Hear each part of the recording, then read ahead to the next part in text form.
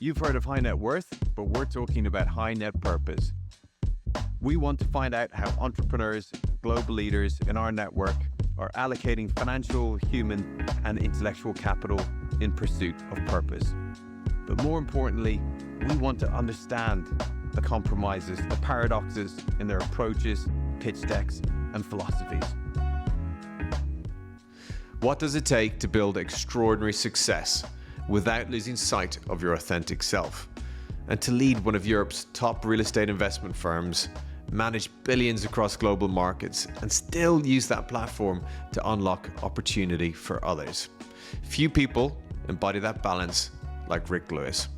As Executive Chairman and Co-Chief Investment Officer of Tristan Capital Partners, Ric has spent over 2 decades at the top of international real estate investment, earning a reputation as one of the industry's most creative and respected leaders.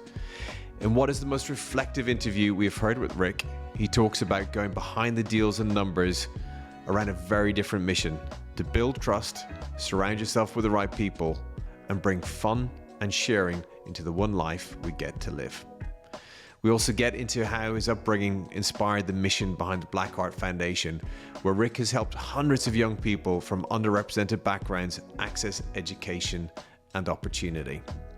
Over the course of the conversation, you will learn how he's built a very different culture at Tristan and the principles that drive it, how he manages the very limited resource we all have, which is our time, his model for giving back, and also the power of true authenticity.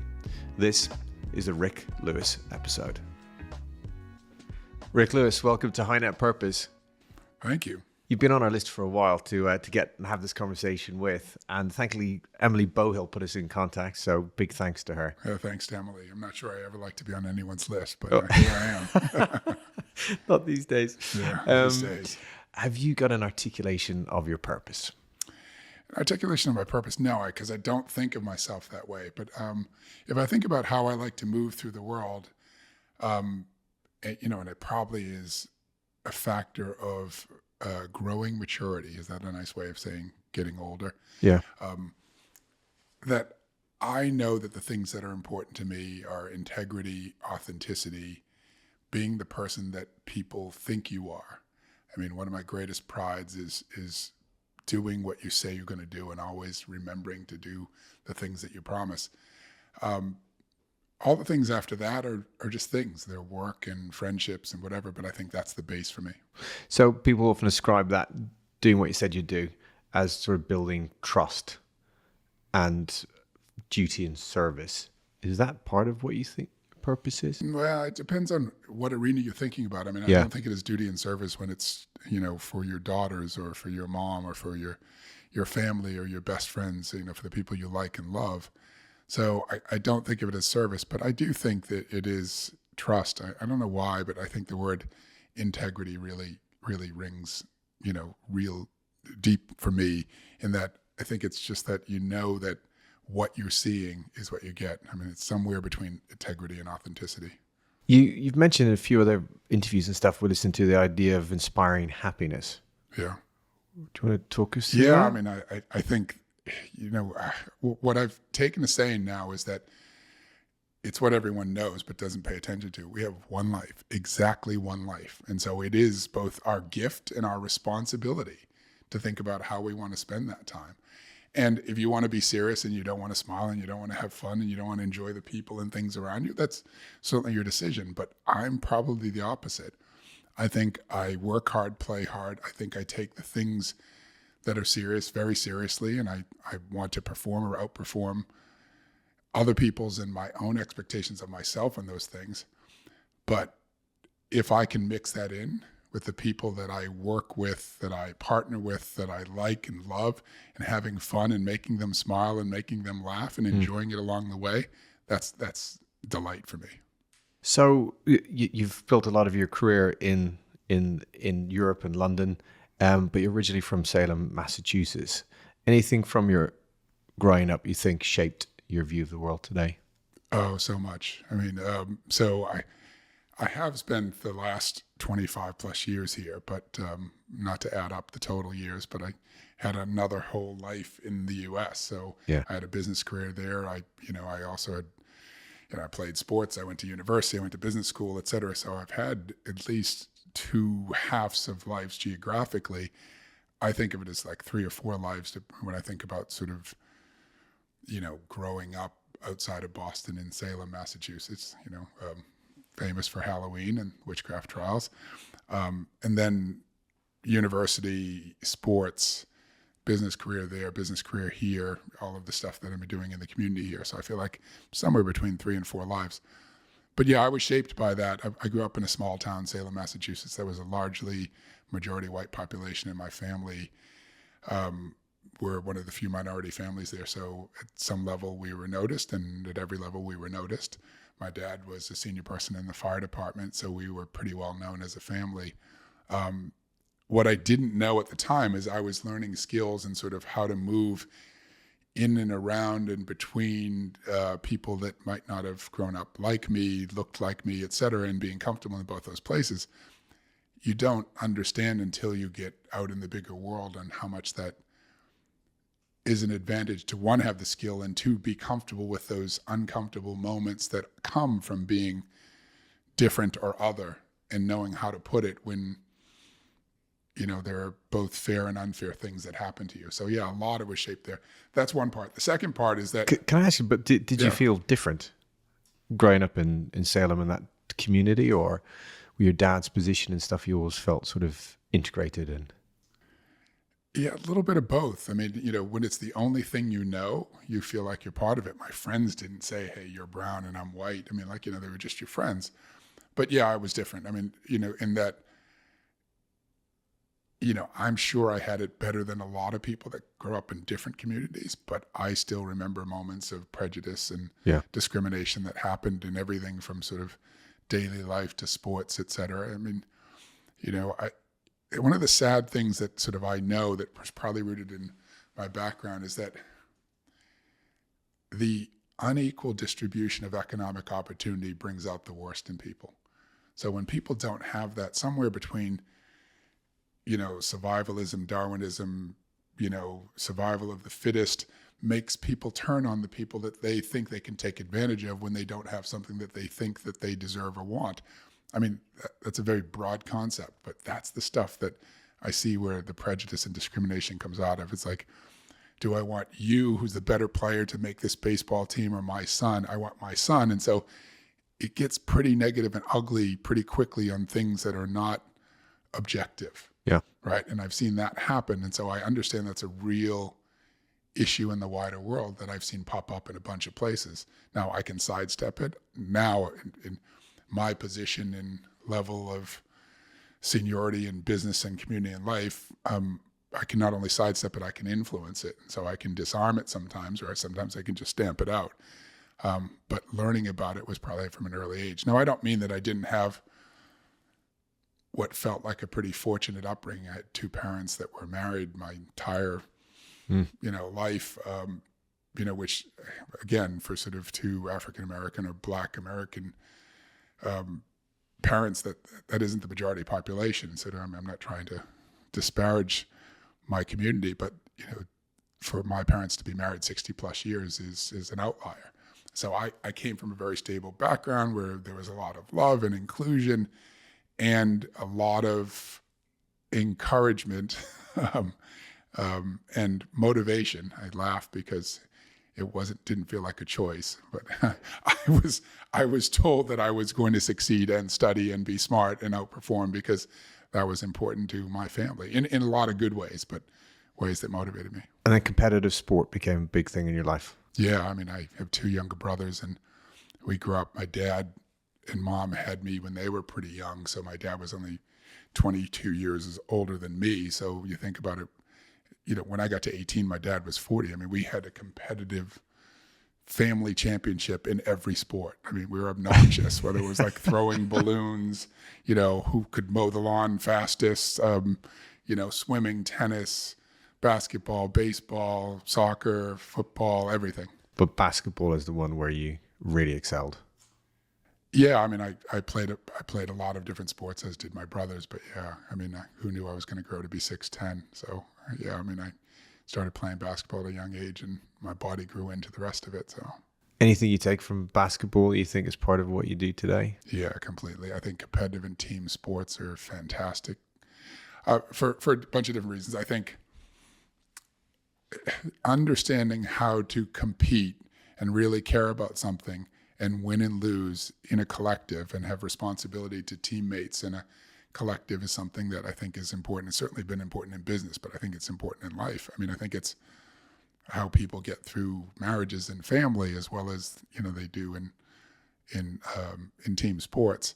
I think that's invaluable, but also just learning how to win gracefully, how to lose painfully and pick yourself up and go the next one on something that you really care about and you put in time and effort and pain and you didn't get the outcome you wanted and you realize like life still goes on and there's other things to do and there's another season or another championship or another sport that you can switch to and beat your brother in tennis. You know, who knows? Was there a point where you had to decide between pursuing professional basketball or going into, finance and? Yeah, I'm going to say it in a very summary way. Let's just say they decide for you. Okay. But, I mean, I was a good player, and I when you think about all the people that played, I played among them and all of that stuff. And people always tell me like, well, why did you go into business? Why aren't you a professional athlete? I'm like, promise you, I didn't get the choice. I mean, like you get there, you're in the room, and you realize there's a lot of talent here. And, sometimes I walk people through the numbers and sort of just the NBA, but it doesn't matter. Like the European League, the NBA, there's a lot of people that play, and there's, in any team, there's 10,000 people that want the 15 spots on your team. Yeah. Like, so, yeah, and it's like any sport, but yeah. And the players aren't changing every year. Yeah. So you've got to, try to play soccer in Brazil, So you then sort of move forward to having built a business in Europe, one of the most successful real estate investment businesses with numbers like 15 billion of assets under management, 25 billion in transactions, 250 deals, 100 plus global institutional relationships. Yeah. The path to having built what you have today, how much of it do you put down to that was just the progress of achieving good deals as I went along, or there was something else driving the success that built Tristan Capital? Yeah, this is revisionist history, so I'm sure it's imperfect and probably fancies the storyteller. But first, so I grew up in a U.S. business that did this. So I learned in a U.S. business that was actually at the sort of the beginning of the real estate private equity industry. When I started out as a young professional. I moved over here because I was a partner and I effectively wrote the business plan to take us to Europe. And my other partner said, looks like a good idea. You're going to go do it. So I came over here thinking I would move here for 2 or 3 years. And then everything happened. We had our children. The business grew really well for 10 years. That was our predecessor business, Clears and Global Partners. So there was an opportunity that we picked well in the market timing. I moved over in 1998, so that was the beginning of the European Union, where previously domestically focused investors were thinking about how do we become pan-European or global. So it was an opportunity for someone to be an advisor and help them do it. And I had the U.S. playbook. I knew how we did it in the U.S. And so we were just bringing some of that technology and know-how to Europe. And there were plenty of stumbles at the beginning. But that existed. You felt there was an opportunity taking the US playbook into Europe at that point? In theory, yes, but you don't know how it was because you got to remember Europe is not one place. So you're trying to do that in the UK, and I have a funny story for each country in France and Germany and Italy and whatever, and you think about all the difference and you're trying to. So there's a great example of being able to be, without losing your personality or integrity, learning how to code switch and how it was important. How I grew up in a community that wasn't mine held me in such great stead to move into Italy and have them feel like you're just like us. Yeah. Or if not just like us, I respect you for your difference. Yeah. And I'll listen to you. And you had to do that in Norway and Sweden and France and Germany and Italy and Spain. We had to build an organization to do that. And probably a few Irish along the way as well. Irish too, although I have to say for the first 15 years of my career, I couldn't get in. I had great friends. I have great relationships. I spent a ton of time there. but the market was so hot that unless you put in one in front of the yields, I couldn't do anything with it. Yeah. So there's a lot of people that were my good friends, but they were like, why did you do anything over here? I'm like, because I know better. And then the setting up the firm was really clients that asked you to set it up. You didn't actually have the business plan on day one to do it. Well, that's Tristan. So when I moved over from the U.S. business, we set it up and we picked a local partner that owned 50% of us. It's a business that was in the surveying advisory business that still exists, but it's owned by somebody else now. But it was a big European business. They had a lot of offices, a lot of local contacts, so they could passport us into relationships that were helpful. And then it was carpetbagging to build relationships for people to give us money. I mean, our first fund, our funds now are $1.5 billion to 2 billion euros a time, but that first fund was 230 million, and we kissed a lot of ugly babies to find a few cute ones. But your question about sort of what made us different, I had been an entrepreneur. I had run departments in our business. I had run a business for the first time. I was a CEO for the first time when I was 28 years old, and I started a business that was part owned by two firms, one of which I was part of. So I was an entrepreneur. I didn't own the business, but I started and liquidated two failed banks back in the FDIC savings bank crisis of the United States. And in that process and in working in groups, that's probably where I developed what I think was sort of my operating philosophy. So when I got a chance to create Curzon Global Partners and then Tristan, I was trying to create a business that I thought had the bones and culture of a performing organizations. And that's what my partners and I did, was like, here's who we want to be. Here's how we want to be in the world. The actual real estate private equity part was the easy part. I mean, that was the part that was just science.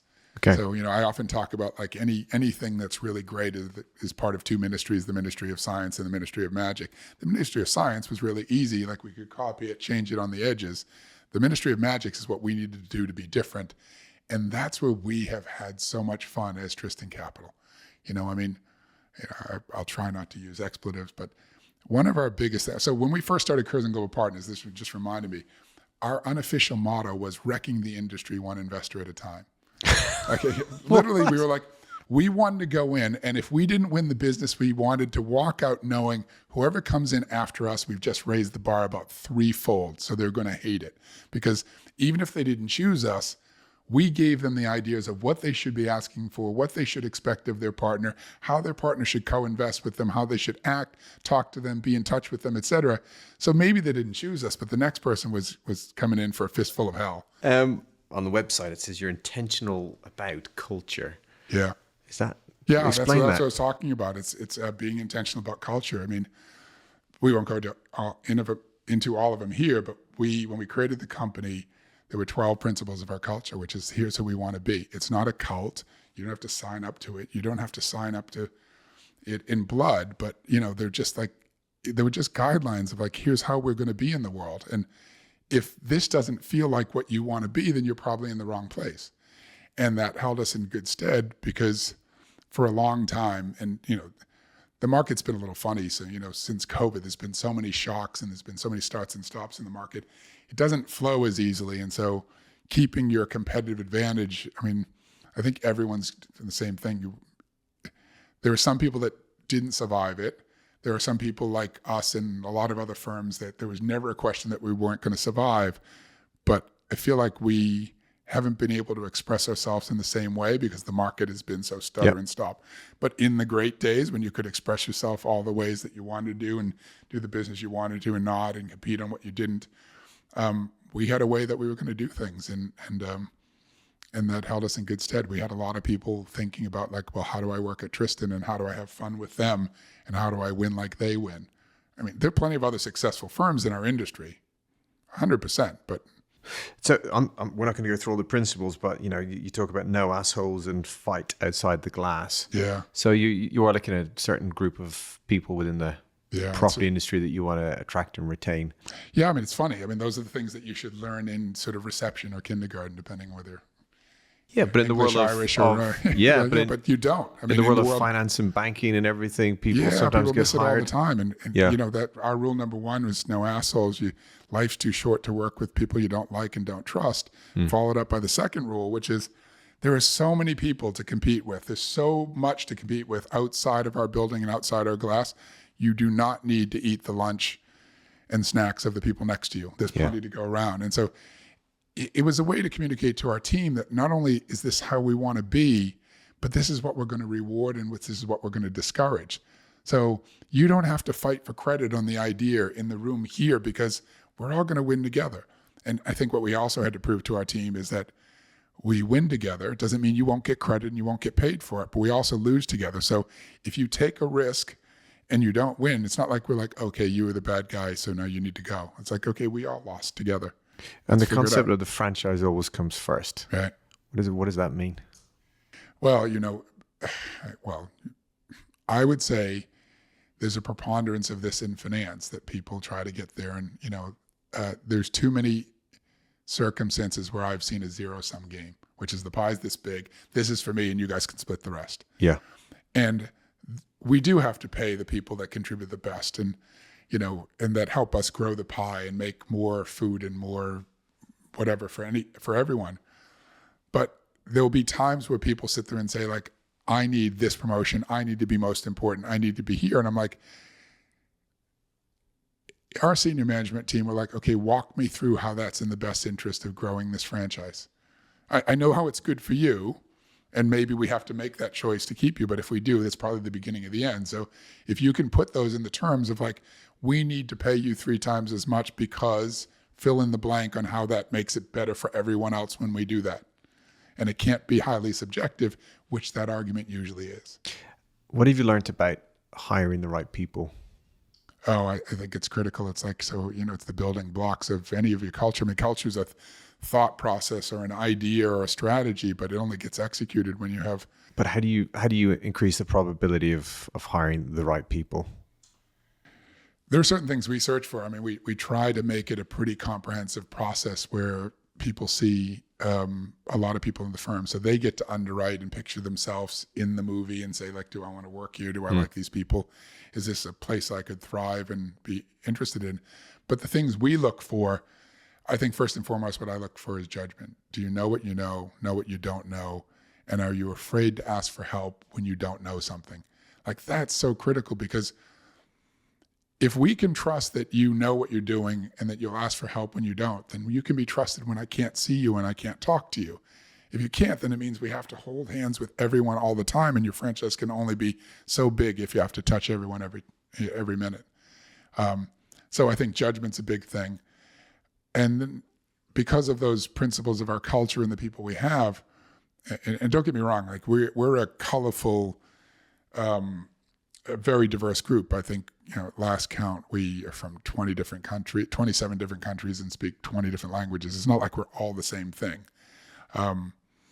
by any stretch of the imagination. But I think that personality and integrity and those kind of things, they run through our whole firm. And if they don't, you'll make a mistake and you get one foot fault. By the second foot fault, we'll probably be talking about sort of whether this is the right place for you. And that hasn't happened often, but it's happened often enough that people understand, like, yeah, no, this isn't going to be for everybody. So there's no secret test that you've got going on to try and figure out if this person is going to be the right person? No, I know those exist in the industry, but there are tests, but there are tests on like technical skills. Like, okay, like you say, you're a whiz on the computer, so here's an Excel test, and then you find out that someone doesn't know.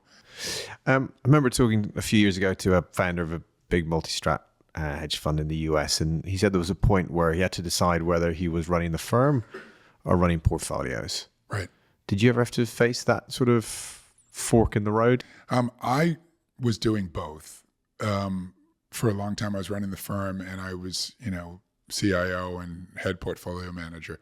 As we got bigger and we created more funds and more products, you have to share some of that anyway. But I think, clients still look at me. I mean, now I'm executive chairman and co-CIO. Do I really do every piece of the day-to-day? No. I mean, right now our firm has 2 co-chief executives. They run the day-to-day.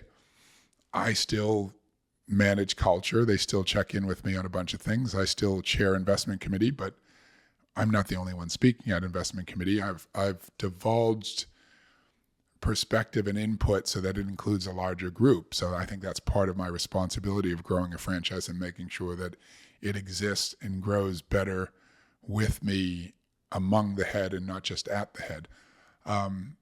And I also recognize that I think, I was chief executive 3 times. I've grown things from employee 1 to employee 200. So I know I can do it, but do I think that was my highest and best use? No, I think actually, one of my co-chief executives that was COO first, I think he's way better at running an organization, making the trains run on time, et cetera. It doesn't mean that I couldn't step in and do it again. I understand how to do it. And I think that's what makes me effective as a chair, because I do understand sort of the checks and balances and the enormity of responsibility that a chief executive has each and every day. I'm not just coming in and ordering people around. Real estate is a longer term asset class as well, right? You probably do fewer, deeper deals than other investment strategies. So it potentially allows for a CIO to be at the top of it, looking at the bigger picture of what's happening in the cycle. Yeah, except that, the opportunity or the benefit is that it's longer lived assets. So you're not trading in and out every single day. The other hand is that there are a lot of liquidity traps that you have to think about actively, that not getting caught in, because there's times in the market where you can't finance it, can't sell it, et cetera. You've done everything right. You've got a good quality asset and there's nothing you can do. So you're always trying to think about, what does my portfolio look like if I get caught in one of those liquidity traps or part of them? Can I survive it and hold on to my return? And then whatever we think about the world, we have a long-lived assets, but market cycles have gone from what was 10 years is 5 years, 5 years is 3 is 1, and 1 is overnight. Yeah. So even long-lived assets, like right away, you got to be thinking like, I just done it. Should I take a bid to sell it? What should I do? Because it's not just that you've done a good job on the asset management, you put tenants in it, you've raised the rents. It's like, what's happening in the capital markets? What's going on in interest rates? Where's growth going? Where's the balance between alternative assets and equities and fixed income? And, it has nothing to do with me. And if you really look at it, my poor clients have to hear from me and give me therapy, because the number of market shocks we've been through in the last 7 or 8 years, when you go from, Brexit, budget reset, inflation, war in the Middle East, war in Ukraine and Russia. All of those things affect commodity prices, construction prices, labor, your ability to finance, ability to sell. And then just, even what I'm doing in Europe is affected by what a CIO's experience of his alternative assets is in the US and Asia. Yeah. Like, don't say the R word to me. And I'm like, yeah, but we're performing. I'm like, no, don't ever say the R word. I don't want to hear about real estate. You talk about unlimited love, but limited time. How do you make decisions about where you spend your time? I think you get better over time at thinking about how to do that. And I think it's an imperfect and lifelong pursuit. I do believe that the world is a big place with many opportunities, and it forces you to ration, but you only learn by going through it for many years, sort of how to ration yourself and do the right thing. And I'm still doing it. I think I really stink at saying no, and so I really have to check in with myself and my assistants. Every once in a while I say, okay, we got to go back. This is like the month of saying no. Just like the answer has to be no, because someone asks you for a coffee or a perspective, you think, oh, okay, I don't even have to meet with them because they're willing to do it online. But you find you're doing 5 or 6 of those a week. All of them take time. And if you want to do it thoughtfully, you're thinking about that. There's some follow-up, et cetera. Because most people think they're the only one asking you for something. Yeah. And really, there are a long queue of people asking for something. That's not me bigging myself up about being really popular. It's just the way the world works, is that, one person says can I just get your perspective on this? But they don't understand there's 20 people asking you the same thing. So you haven't found any golden rules around it. It's a work in progress. My golden rules that I think, and probably part of it comes with the privilege of time and achievement and maybe a little bit of resource, success, that, is that I check in a lot myself about how I'm doing physically and mentally. So I am much more protective about finding time for myself, whether that's the gym, meditation, some downtime, finding the sun, etc. I mean, it doesn't mean that I'm going on holiday every week, but like that used to be the luxury and now it's the necessity. Like, that's the gasoline in the engine. If I don't replenish it, like there's nothing to go. And I don't know if I have a perspective on that's like the benefit of just being older and figuring that out, or that's becoming wiser, or I fell into the right thing, but I know it's very necessary now. And you talk about you need to allow time for thinking. When do you get time to think? I think you have to make space. I mean, the trap that I have is that I think I'm a famous or infamous multi-processor. I'm like, I can literally do 3 or 4 things at once. And I'm not saying that that's a good thing. I mean, like trying to get attention. I do remember if my kids are listening to this, they'll probably learn something that will shock them. But so their mom was half German. So we spoke German to them when they were young, or like, that's probably bigging myself up. Like I spoke Kinderdeutsch to them, right? And I could read to them in German. Like, how warped do you have to be reading a children's story in German to your kid, which is not even your second language, it's your third or fourth language, and be thinking about a business problem and thinking about sort of what has to happen in the other room. Like, it's a gift, but it's also a trap too. So I try to find time to think, and I think that's where the pause has come from meditation. And by the way, just for the people that think like, oh my God, this is this great new age guy and he's so great at meditating, he's like a higher level of person. Like, I literally think I suck at it, but that is the whole point. The whole point is just doing it. And I found now through pushing myself through doing it that I'm like, wow, I have this weird feeling of I'm doing something for myself that makes me feel better myself. And I'm like, oh, maybe that's the thing.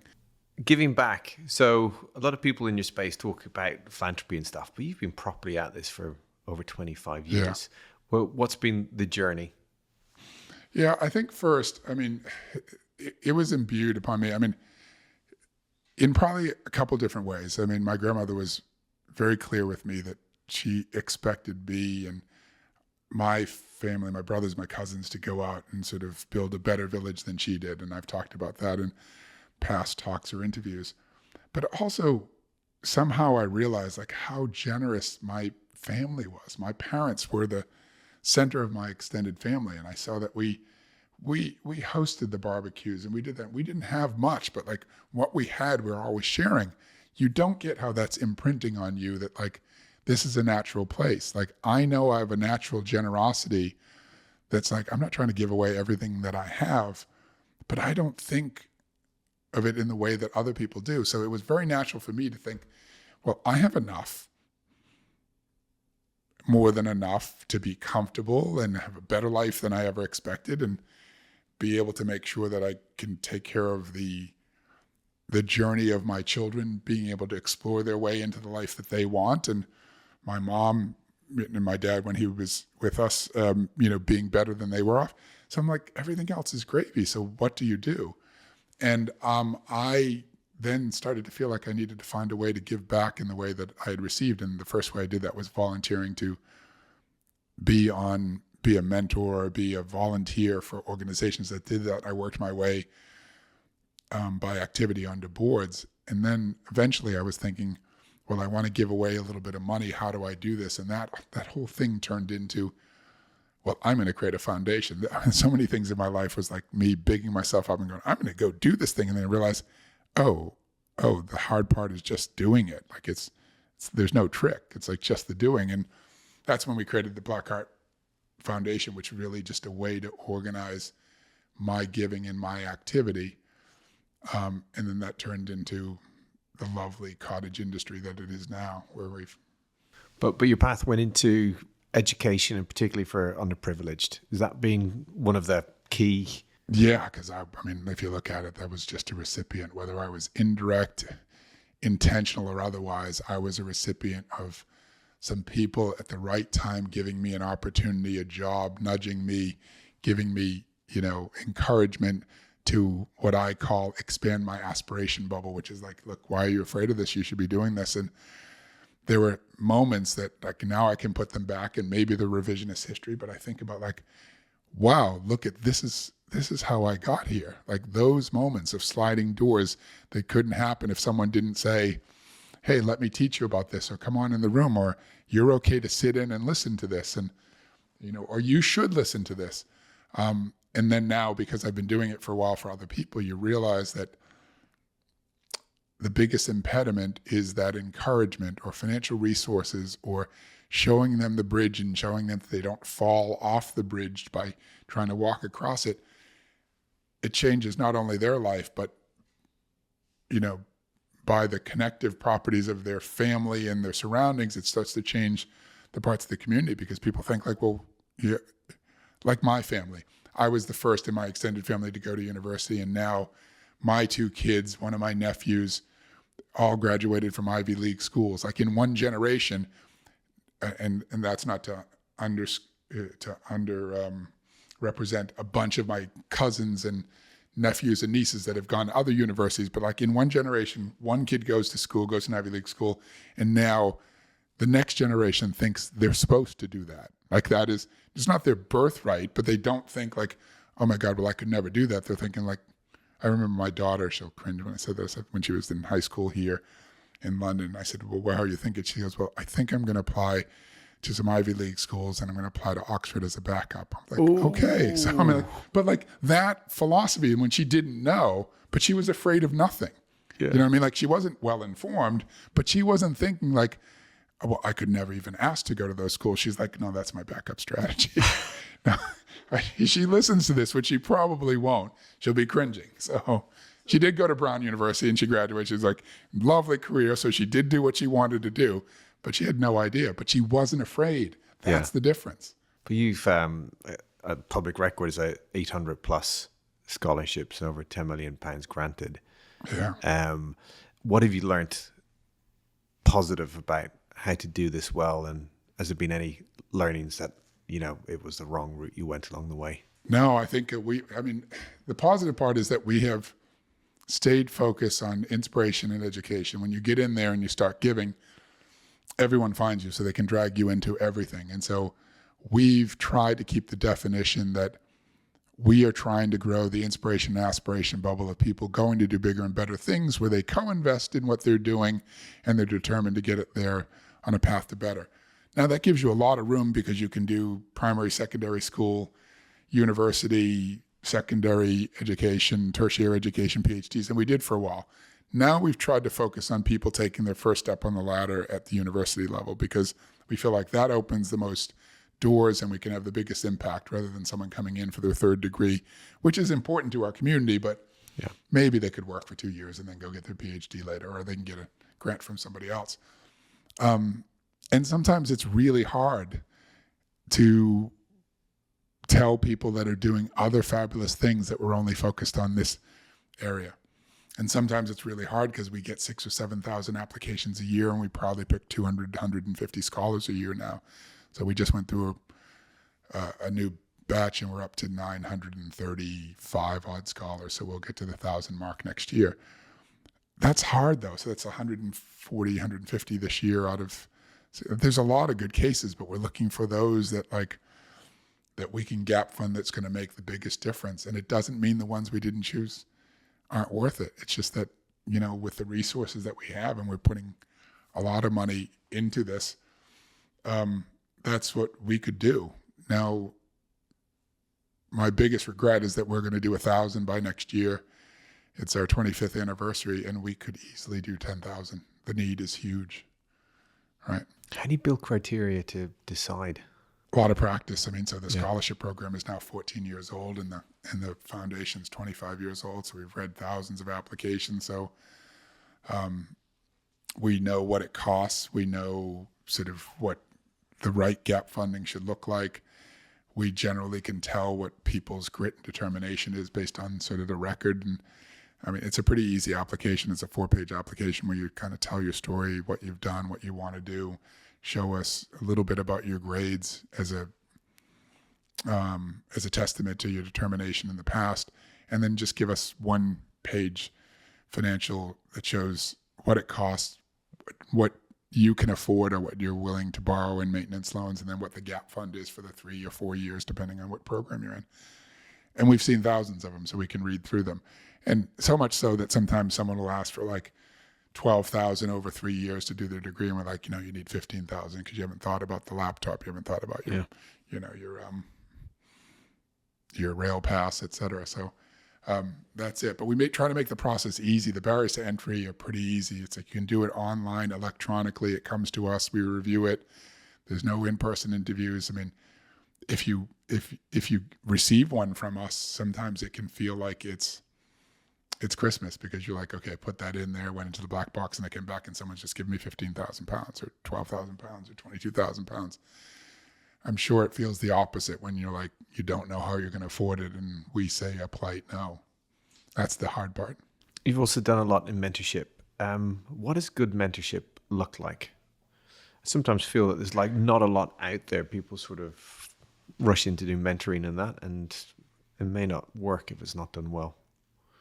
I think the single biggest factor in taking on mentorship, or the thing that I was always worried about or made sure I was completely committed on, is whether I could stay consistent and do what I said I was going to do. So if you said you were going to meet once a month or once a quarter, were you going to pay attention? Because life's busy, and like you said, like I've said, there are a lot of things calling on your time. So if you're not going to pay attention, the single worst thing you can do is be one more person that let this person down. And so that was the first thing. Beyond that, it's like, so how much time are you going to get to understanding their problems, empathizing with them? I think the holy grail is when you get to that point where you're close enough where you can give them the honest truth. You can love them and tell them, you're not working hard enough, you need to go higher, you're not that smart, maybe you should do something different. Because those are the things where, I don't mean to be discouraging, but people can waste a lot of time on false hope. Or one of my biggest things, and I'm perhaps too outspoken about this in my community, is that, and it preceded social media, but it's only been exacerbated by social media, is that people want to look good instead of be good. It's like, how do I want to look like I'm succeeding rather than succeeding? I'm like, not enough people want to pass the test of being fabulously successful and having nobody know it. So many people won't choose that now. It's like, if no one knew, but you did everything that you wanted to do, would you be fine with it? I'm like, a lot of people say, well, what's the point? So that links into check your ego. Is one of the other principles that you talk about. The how does one try and stay authentic to who they are when you get to this sort of level of profile and accolades and wealth? So first, I think a little bit of me, it was something that was important to me. So I think there's some piece of it that was built in me.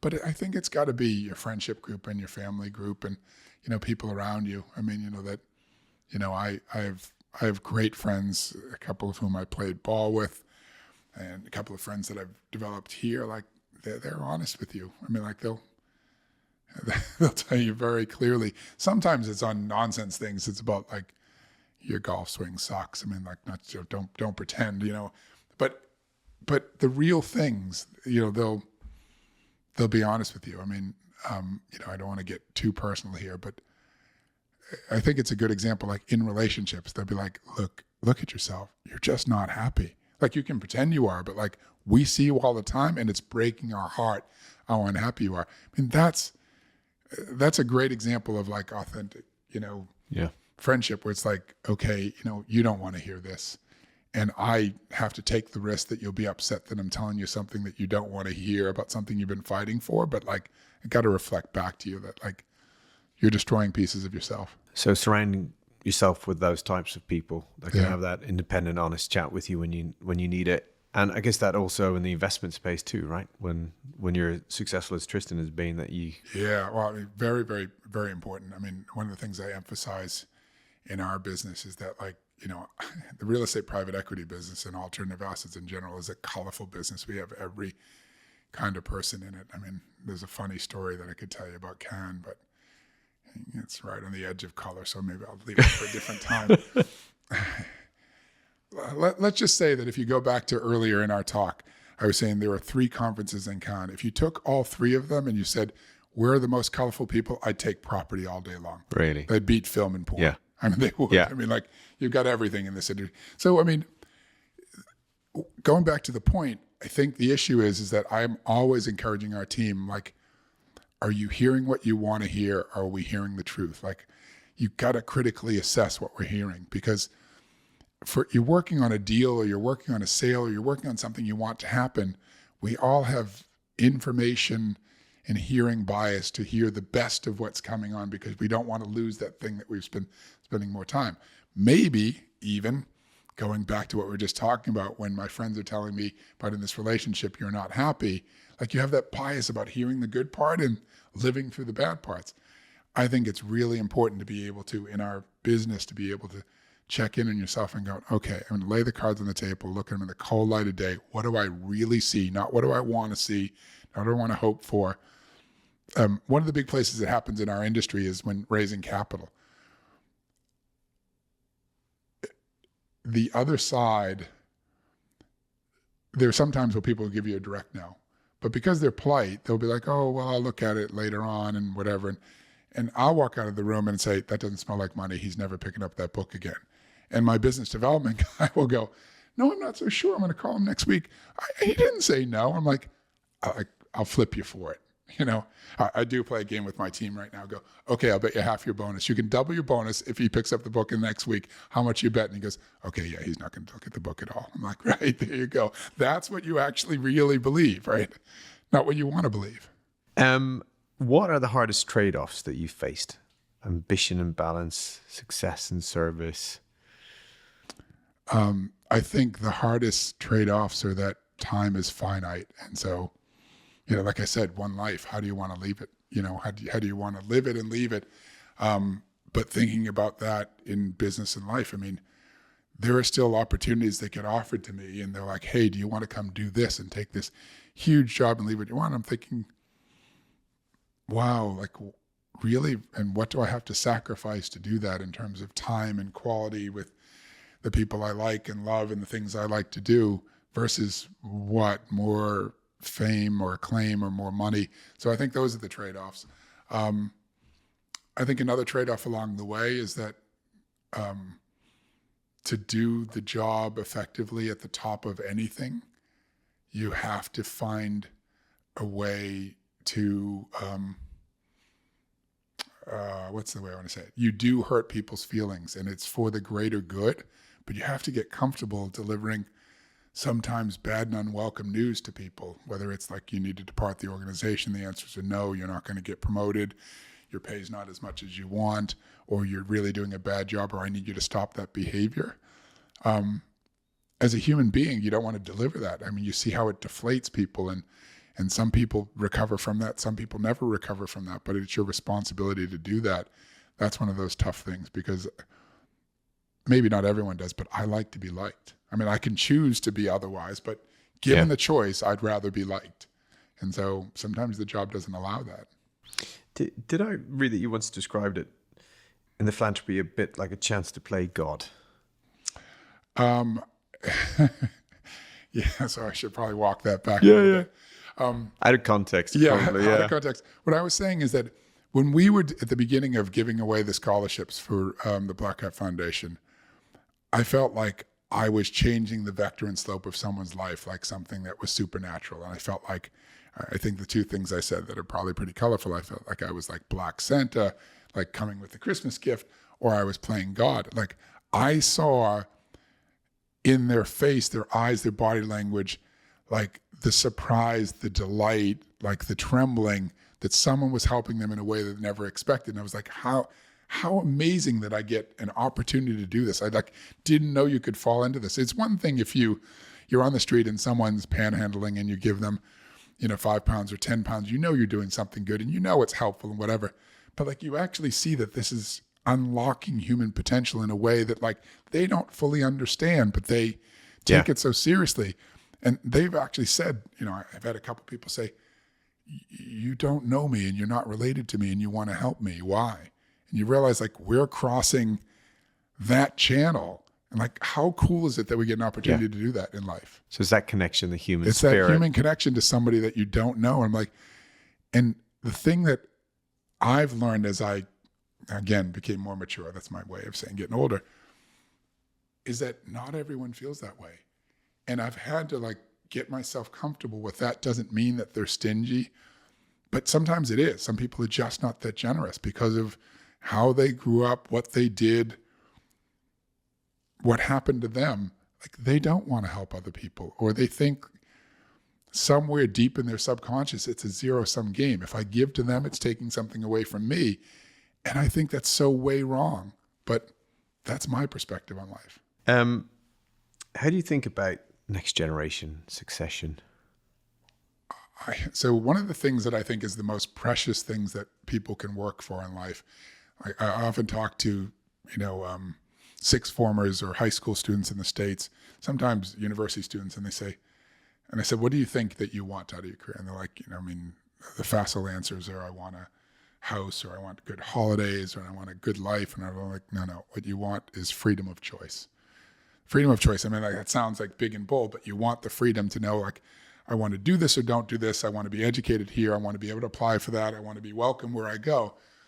So when I think about generational wealth, I think, how am I passing that on, or how have I passed that on to my daughters and the people around me? Like, have I given them a good head start to build some of that themselves, to make some of the choices, whether they waste them, whether they go down the wrong alley for a year or 2 years or 20 years, but they have freedom of choice to choose it. And it usually starts with education, because that is the thing that usually opens up the most of the doors. But sometimes it's education, it's travel, it's being in the circumstances where they learn people, languages, culture, et cetera, so that they have a comfort in other places.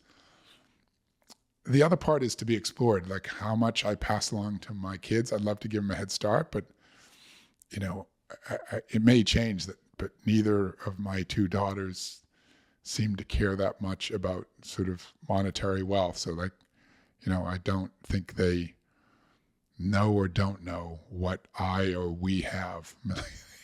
I mean, sometimes it's astounding because they're young women, but they're not babies. They're just not that curious about it. So I'm trying to make sure that they understand finance and know how to use money. And I think they're on the path to doing that well. But like, their curiosity about sort of what I or we have or what they're going to get, it just doesn't exist. So I'm lucky in that it's a blank page. I think that. Well, maybe it speaks to the values that you've imbued in them over the years. Yeah, and their mother too, perhaps. Yeah. Yeah. What advice would you give to a young Ric?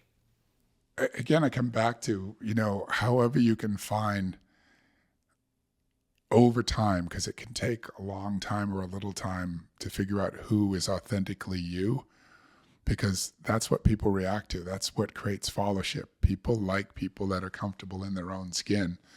And I think that has been the single biggest thing. Now, the world doesn't give that to you easily, and it bounces you around. And, especially in the age of social media and the image making and stuff, it's more and more difficult to do. But if you find privately and quietly who you are, and that's appreciated by the people that are closest to you, that's your single biggest strength. I really think so. Love it. Last one. How do you talked about the meditation, but how else do you keep well, given all the strains and pulls and pushes in your life? Every single way. So I'm probably still, because of fancying myself as an athlete in the past, I still try to work out probably somewhere between 4 and 6 times a week that I work out, usually assisted with somebody. I do plenty of things on my own. But I do everything. I stretch, I have a cold tub. I take supplements. I do a lot of study on longevity. I'm invested in a lot of, at the seed and pre-seed level, in companies that create supplements and health and whatever. I could make a plug for some of them right now. Go on. What's working for you? The one-stop shop to do all this is the company Health, HEALF. It has every supplement. They test all the products, et cetera. And so, you don't have to choose just one. They're not directing you to one, but They've negotiated the price relationships with all of them. So if you want a massager, to vitamin C supplements, to magnesium, et cetera. HELF. Yeah. Feels like one of the podcasts where we're now supposed to go into an advert. Yeah, you should. Yeah, and we didn't even pay for that. But there's a lot that I look at, and there's a lot that I've tried. And between my friendship group, people that are some of my closest friends, like, we've tried everything. I mean, for 20 years, we're trying to figure out sort of a green supplement that didn't taste like tree bark and death. And now they exist, right? But they didn't for years. But I promise you, between us, we've tried every single one. We've tried every protein bar in the free world, like looking for edges, et cetera. I mean, and I can tell you which ones taste good, which one tastes bad, which one is just tastes good because it is truly like it's sweets and candy and is no good for you, but tastes fantastic. And, between us, like the mafia, like I'm importing them, from the U.S. because it just come out. Like Jacob bars out in the U.S. and it tastes like this and has 40 grams of protein, et cetera. But you're systematically always looking for the edge on that. Yeah. I mean, and it's a race against time. I mean, the truth is that I think what all of us are starting to do, in as we move to mature in our life cycle, is accept ourselves that like we can be at the top of the band that we're supposed to be in, but you can't break through the band. It's a phenomenal story, and the principles that you've built the business and your life and what you've done with Black Heart Foundation. Thank you for taking the time with us today. Thanks for asking me. All content on High Net Purpose is provided as general information only. It does not constitute any advice, recommendation, or representations, and is not intended to influence listeners or users into making any specific investments or any other decisions. Please be aware that guests and presenters on High Net Purpose may have investments in any of the topics or products being discussed. Their reviews and opinions are their own and should not be taken as endorsements or financial advice. Before making financial decisions, we strongly recommend seeking advice from a qualified financial professional. This podcast may not be copied, reproduced, further distributed, or published in whole or part.